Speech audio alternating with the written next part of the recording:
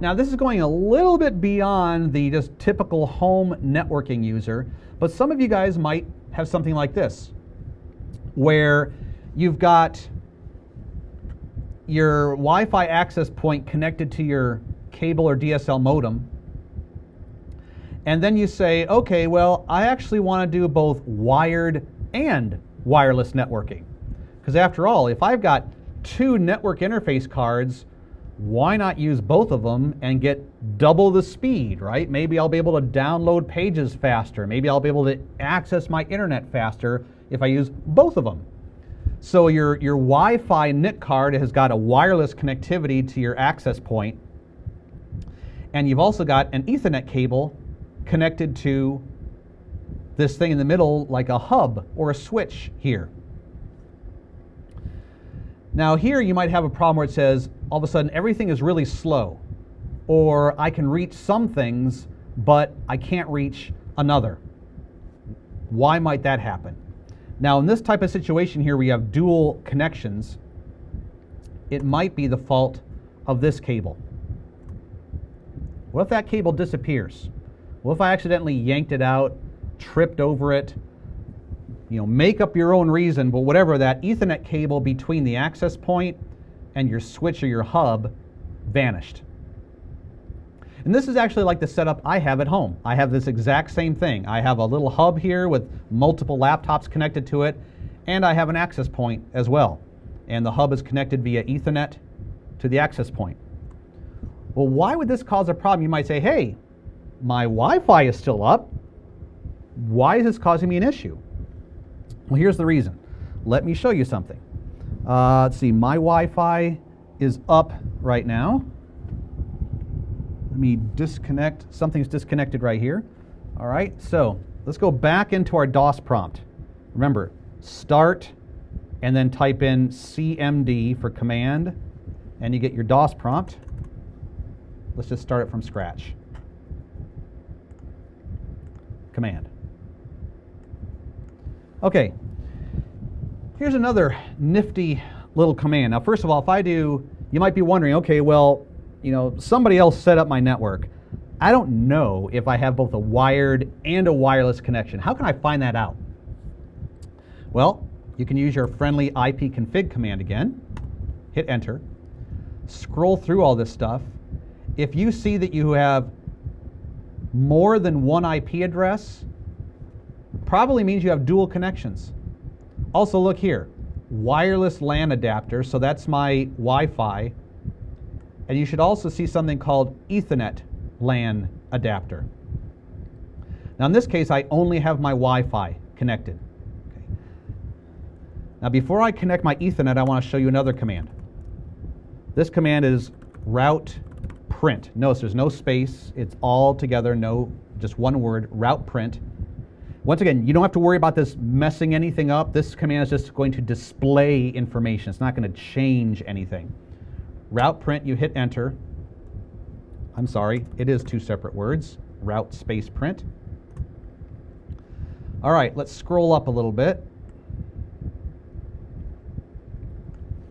Now, I'm not going to go through a lot of details about what all this stuff is, but this basically tells your laptop how to get to networks, how to get to IP-based networks. And what I'm looking at is, look at this very first line that says 0000. So when your laptop says, okay, I need to talk to somebody who's not on my network, the INE server, the Cisco.com server, whatever it is, it's not on my network, it uses this very first entry to tell it how to get there. So 0000, this means any network that's not yours. We call this the default network. Any network that you are not on. How do you get there? Well, go to your gateway, 10711. My gateway is a router that is in my network. Okay, so right now I've got one connection to a network. I got a Wi-Fi connection. And on this Wi-Fi network, there's a router somewhere that's IP address is 10711. That's how I get to the outside world. Now what I want you to watch is, watch this. I'm going to go ahead and connect my Ethernet cable So I'm actually connected to 2 networks. Now if I do ipconfig, we should see in a very short amount of time. There we go. So look now. Not only does my wireless adapter have a network connection, my Ethernet adapter has a network connection. I now have 2 IP addresses. So now if my laptop says, oh, okay, I need to once again get to the google.com web server. It's not on the 111 network, it's not on the 1071 network, it's somewhere else. How do I get there? Well, let's use that route print command again. Route print. Now look at the first 2 lines. It has 2 entries. How does your laptop interpret this? It basically does what's called load balancing, which means when I bring up Internet Explorer or Google Chrome or something, and I type google.com, I don't know which one it's going to use, but when I go to that website, my laptop might say, okay, I'm going to use the first entry. I'm going to go to the default gateway that's on my wired connection, 1111. Now maybe I bring up a different tab and I try going to CNN.com. Now my laptop might say, well, I'm going to try using the Wi-Fi connection for that, and I'm going to go to 10711. So it's sort of rotating between the Wi-Fi connection and the wired connection. Well, why is this necessarily a bad thing? Well, right now, think about how my network is. How do I have this set up? Right now, I have this here in this media studio. I've got a bunch of routers and switches sitting next to me. Okay. I have my laptop. My laptop has an Ethernet cable going into one of them. All right, so I got an Ethernet cable going into one.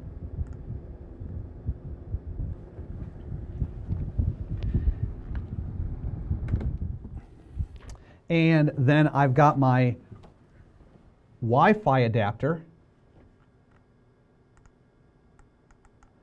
And that's connected to actually, in the office I'm in the I&E office, that's connected to an access point which has real internet connectivity. But this network rack right here, it's not connected to the internet. It's standing alone. I got a bunch of routers and switches sitting next to me, but they have no internet access because it's isolated. And yet, what does my laptop think? My laptop, as you saw, said, okay, I've got one what we call a default route, which says to get to the rest of the world, go this way. And I've got another default route, which says to get to the rest of the world, go this way. So if I bring up a website or an instant messaging or something, if I get lucky and my laptop says, okay, I'm going to use this one right here, it'll work because this actually has internet connectivity. But what if my laptop says, oh, well, to do instant messaging, I'm going to go this way? That's not going to work because this has no internet connectivity. Now you might be saying, okay, Keith, that's fine for you because you're a Cisco guy, you got equipment here, but I'm at home. I don't have a Cisco rack or something. Why would I have this problem? Let's go back to this. This was originally your setup. If this cable goes away, your laptop doesn't know that. Your laptop, right, it has an Ethernet cable going to this hub or this switch, whatever this box is, and this cable is still here. This cable is still functional.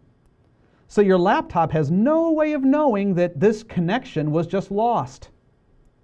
So your laptop still thinks it has dual default routes. It says, okay, sometimes I can use the Wi-Fi, sometimes I can use the wired. But now if it tries using the wired, it's not going to work because we don't actually have a full end-to-end wired connection. Part of that connection was lost. So if you have this type of a problem where you've got everything's really slow or sometimes you can reach some things but not others, take a look. If you've got both a cable and a Wi-Fi connection, and you know what, like I said, what's the easiest way to do that? Just type ipconfig and look to see if you have 2 different IP addresses. Now they might not be totally different, like this one down here could have been 10.7.1.90, but they're still different, right? 1.90 is different than 1.237. If I have two different IPv4 addresses, that means I am connected to two networks. If one of those networks is broken somewhere in the middle, that could cause this lack of connectivity right here. Now someone's mentioning in the chat, good point, Justin. He says that he was under the impression that Microsoft Windows by default, if it has both a wired NIC and a Wi-Fi NIC up at the same time, it prefers the wired NIC. I have actually seen it both ways. Yeah, I have seen it where it prefers the wired NIC because the wired might be faster. But I've seen it other times where in this particular situation, my, and look at this, this would actually be a problem, right? If it prefers the wired NIC, now everything would be down, wouldn't it? If my laptop said, okay, I've got two default routes, but one of them is connecting to my Ethernet cable, I'm going to use that. And I'm only going to use the Wi-Fi default route if this one goes down. Well, guess what? Now I'm going to lose everything. Because even though my wired connection to my switch or hub is good, this connection to in the middle is gone. Now I've lost all connectivity. But my laptop doesn't know that.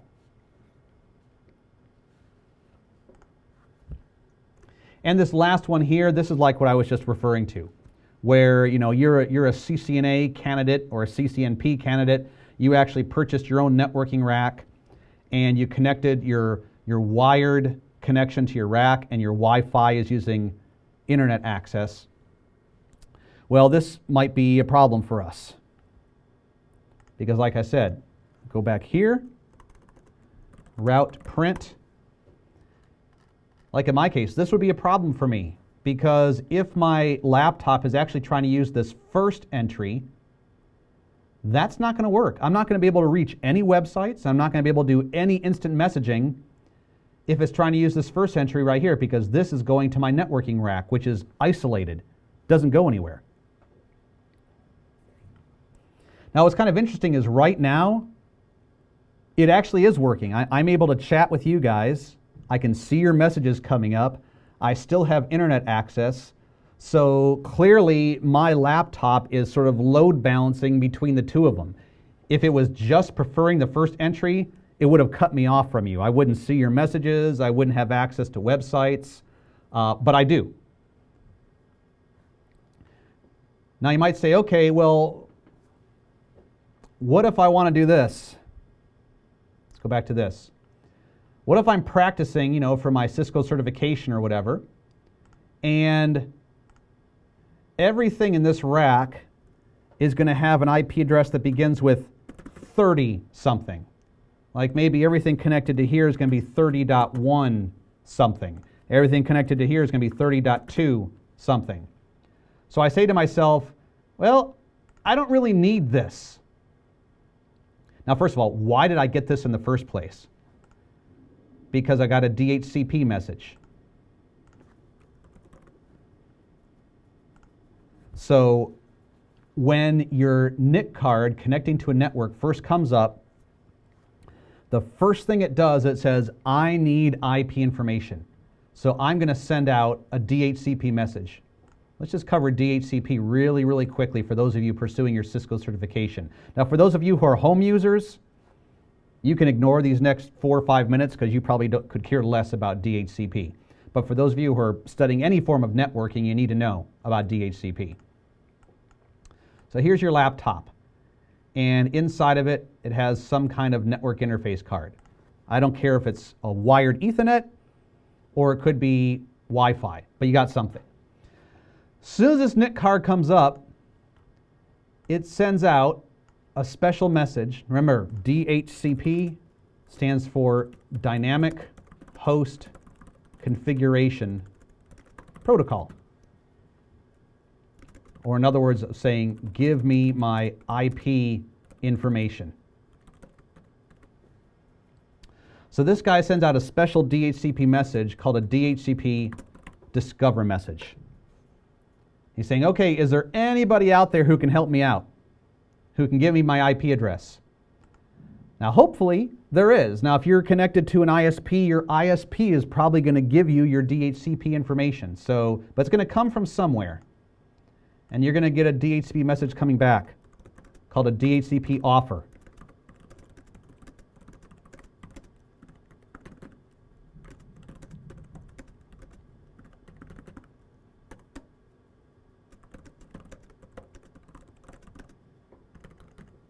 Okay, so that DHCP offer will give you your preliminary DHCP stuff. The IP address that you can use right now on your network, the guy you can use to get off of your network, your router, your default gateway, and if you need to resolve any names to IP addresses, the domain name server and whoever he is. Now DHCP goes a little bit further. I'm not going to talk about this in detail right now, but basically it sends out another message. Your laptop sends out what's called a DHCP request. And the reason for this is because in company networks, you're not going to have this at home. But if you're connected to a company network, there might be more than one DHCP server. And so when you sent out your DHCP Discover, you may have gotten many offers back. Another guy could have said, oh, you can be 10117. Another DHCP server could have said, you could be 10119. Well, the way your laptop works is he accepts the very first one he sees. He says, the first one is the winner. That's what I'm going to take. But we have to have some way of letting those other servers know, thanks for the information, but I don't need you. So that's what this DHCP request is. So this DHCP offer will also say, and my name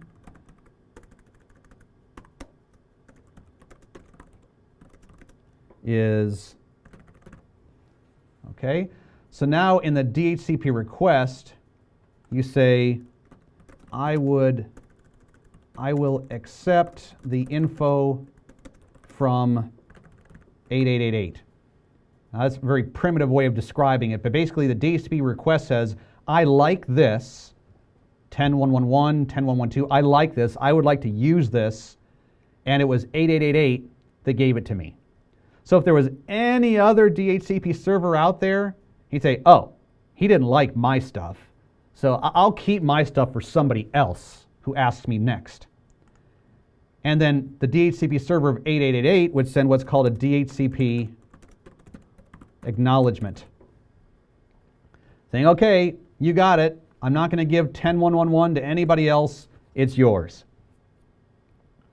So as soon as your laptop does DHCP, and as soon as it learns of a default gateway, that's when the laptop installs within itself this default route, like that. That's why we saw that in the output of route print. So in my particular example, my network that's sitting right next to me here, right here, my networking rack, I've actually configured it for DHCP. So it, just like the actual legitimate INE network I'm connected to, how it gave me DHCP information, my little standalone isolated rack here also gave me DHCP information. It also gave me a default gateway. And that's why my laptop installed 2 default routes. Now you might be saying, like in my example, well, I don't really want this first one. I really only need the second one. That's the one that gives me legitimate access to the outside world. Can I get rid of this one? The very first one, can I just get rid of it? Yes, you can. So just write down on a piece of paper for you what this number is, gateway. So in my case, it's 1111. So I would just do this. Now, in order to do this next command, you have to have what's called administrator privileges on your laptop. What does that mean? Well, if you're in a corporate network, right, if your laptop was actually given to you by human resources or by your manager when you first signed on, you may not have administrative access to your laptop. Administrative access means you can actually go into your laptop and change some real fundamental Windows settings. And you might not have those privileges. Here's one way to find out. So in your Start menu, if you follow along with me, click on your Start menu. And when you see the little indication for the command prompt, right-click on it. And one of the options will be Run as Administrator. Now, if you click on Run as Administrator and it says, error, you're not allowed, well, then you're not going to be able to do this next step. But when I do Run as Administrator, I get this message. So this is good. This means I actually have the ability. So I'm going to say yes. And now it looks exactly the same, but notice how it says Administrator Command Prompt. I don't know if you guys can read that, but up in the upper left corner it says Administrator Command Prompt. Now I can do this command, route delete. Now this I would caution you, unless you know how to use this, I would not do this at home. Route delete or route add actually affects these routes that are inside your laptop. And if you do it wrong, this is how you could cut yourself off from internet access. But in my case, I'm going to say, okay, route print. Let's see here. What's the one I want to get rid of? I want to get rid of this default route pointing to 1111. That really goes nowhere. That just goes to my networking rack. So I'll say route delete 0000 mask 000. What was this mask talking about? Well, if I go back up here, remember, here was the route, and here's the net mask. So I had to supply both components, the route and the mask, and then the default gateway. And now it says, okay. Well, how do I prove that it worked? Route print. And now I only have one default route, and that's the correct one. That's the one that's actually leading to the default gateway that's legitimate, that has a real connection to the outside world, to my ISP. Now I can stay connected to my networking rack all day long, and I don't have to worry about when I pull up web pages or chatting of it trying to get to my rack here. Now it will only go to the outside world.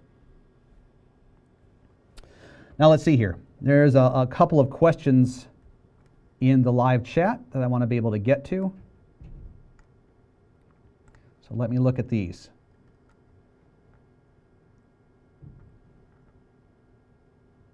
Okay, so going back to the concept of a wireless access point. Some people had some questions about that. So let's go back to this.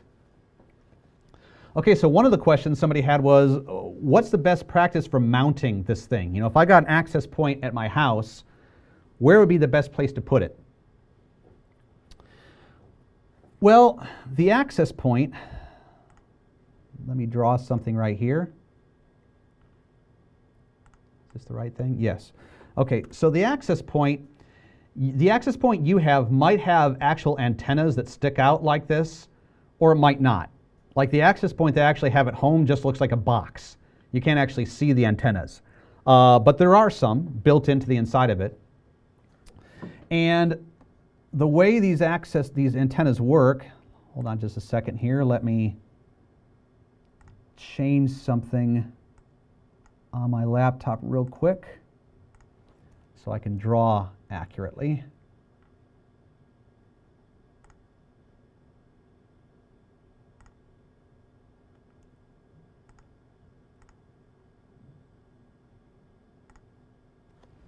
Just have to calibrate this pen so I can draw on my slides.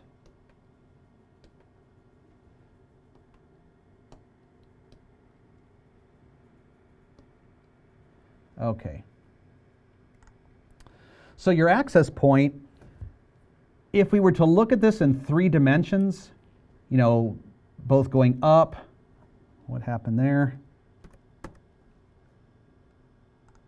Both going up, going beneath it, to the side, and, you know, imagine this line was actually coming straight out at you at your face, and this line was going through the back of the access point. The Wi-Fi signal is not equally strong in all directions. Some people think, okay, well, they think of this access point as like in the middle of a sphere, of a circle. Imagine you had a ball and the access point was sitting right inside the middle of that ball. And they think, okay, well, the Wi-Fi signal, the radio signal is equally strong no matter where I'm touching on that ball. And usually that's not the case. Usually the signal is stronger in some sections than others. Like in my case, my access point, the signal is much stronger in this direction. So it's like coming out this way is much stronger. If the access point was sitting right on top of my laptop, like let's say my laptop was right here and the access point was sitting on it, the signal coming out this way from the bottom, very, very weak. I probably wouldn't want to have that. Now in my case, I want my access point actually to be reachable not only on the first floor, but on the second floor as well. So if I had on the first floor of my house, let's say this is my house right here. If I had my access point on the roof, on the ceiling, and let's say these are the antennas right here. Well, that's great for anybody that's sitting here. They're getting a nice strong signal. But the signal up here is super, super weak. So if I'm right here, I'm probably not going to get anything because all the signal in my access point is being directed downward like this. I'm getting very little signal this way. So in my particular house, which is 2 stories, ideally my access point would be placed right in the middle of the first floor pointing up. That way, no matter where I am in my house, I could access it. That would be the best way. Now, if you just have a 1-story building, sure, put on the ceiling pointing down. In the best case scenario, I'd actually have 2 of them, one on the first floor and one on the second floor, and somehow they'd be connected to each other, but I don't have that. All right, what other questions do we have?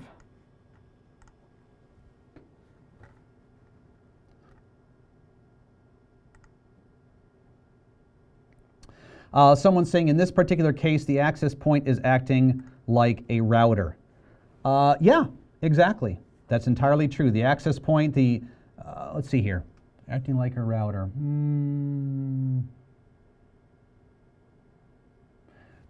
Possibly. It depends on how the access point is configured. Sometimes the access point can be acting sort of like a switch where it just takes the wireless signal and then just forwards it onto the cable, but both sides are considered to be in the same network. Some access points actually divide this up, where the wireless side is one network and then the wired side is a totally different network, and then yes, in that case, the access point would act like a default gateway. Someone asked if there's any kind of repeaters that can be used with access points. Yes, definitely. You can get repeaters to extend the signal. Can the access point be used as a DHCP server? Yep, exactly. That's the way I have it at home, where as far as the Wi-Fi is concerned, it's actually the access point itself that's giving me all of my IP information. Let's see, what other questions? Bashar asks, as far as switches are concerned, do they have IP addresses?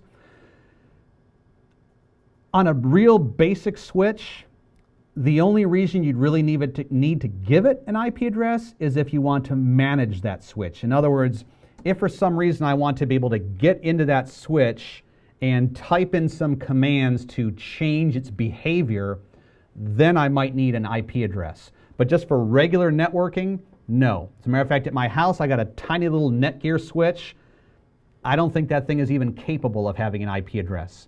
So, and I don't need to manage it. I don't need it.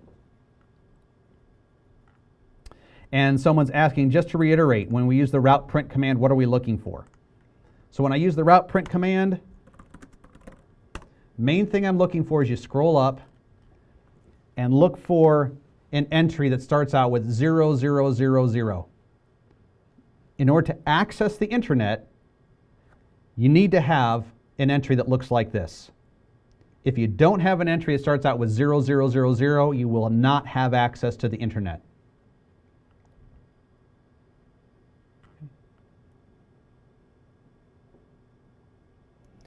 And Satish, yes, I already is asking if we can override some of these settings, and yes, I talked about the route add and the route delete command. I showed you the route delete command. We did not go into the route add command, but it's basically the same way. Like in my particular case, if my networking rack was the 30 network, I would say route add.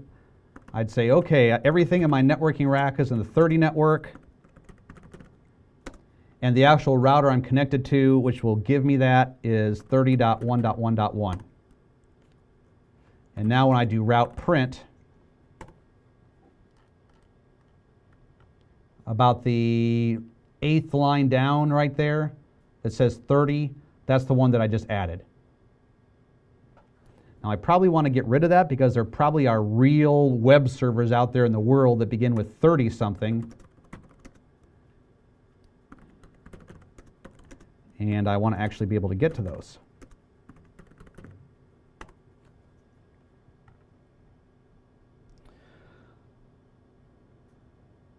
Okay, and somebody else is talking about a Wi-Fi problem. So they had actually 2 access points. They had a router access point, and then their ISP modem, the cable modem that they purchased, also had an access point built in. And both were turned on at the same time. Both used the same channel, and there was interference. Then they disabled the wireless on the ISP modem. Then it was fixed. Real-time issue. Yep, exactly. So here's an analogy to that.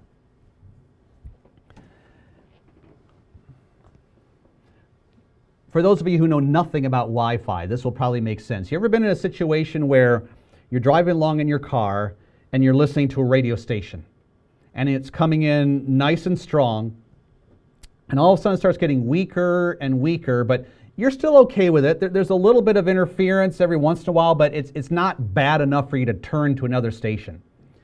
And then all of a sudden you get to a point where now it sounds like there's 2 stations interfering with each other. You're on the same channel, 98.5 or 97.7, but for 1 second you hear, and here in world news we got, and all of a sudden, and it's like going back and forth between 2 stations, or it just starts like getting like garble, like garbage. That is probably because you are now at a point where maybe you're between 2 cities and you've got 2 radio stations, you know, WRAL and WCPC, and they both use the exact same channel. They both use 98.5. And now you're at a location where your radio is picking up both channels. They're equally strong, and your radio can't really tell the difference between them. And so to you, it just sounds like garbage. So what you're describing there, Inkaran, is exactly that type of situation where you've got 2 Wi-Fi access points in your house. They're both on the same radio signal, and your laptop says, I don't know which one to connect to. They're both the same signal. They're both equally strong.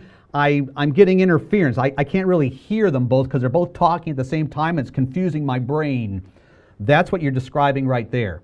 So yes, exactly. In that particular situation, you have 2 choices. Either take one of those access points and change it to a different signal. So in my analogy, that's like going to these 2 different radio stations and saying, okay, I don't want you both being on 98.5. You need to change to 99.7 so you don't conflict with each other. So that would be one solution. If you really do want to keep both of them up at the same time, change their channel, change their signal, or like in your case, just turn one of them off if you don't need both of them.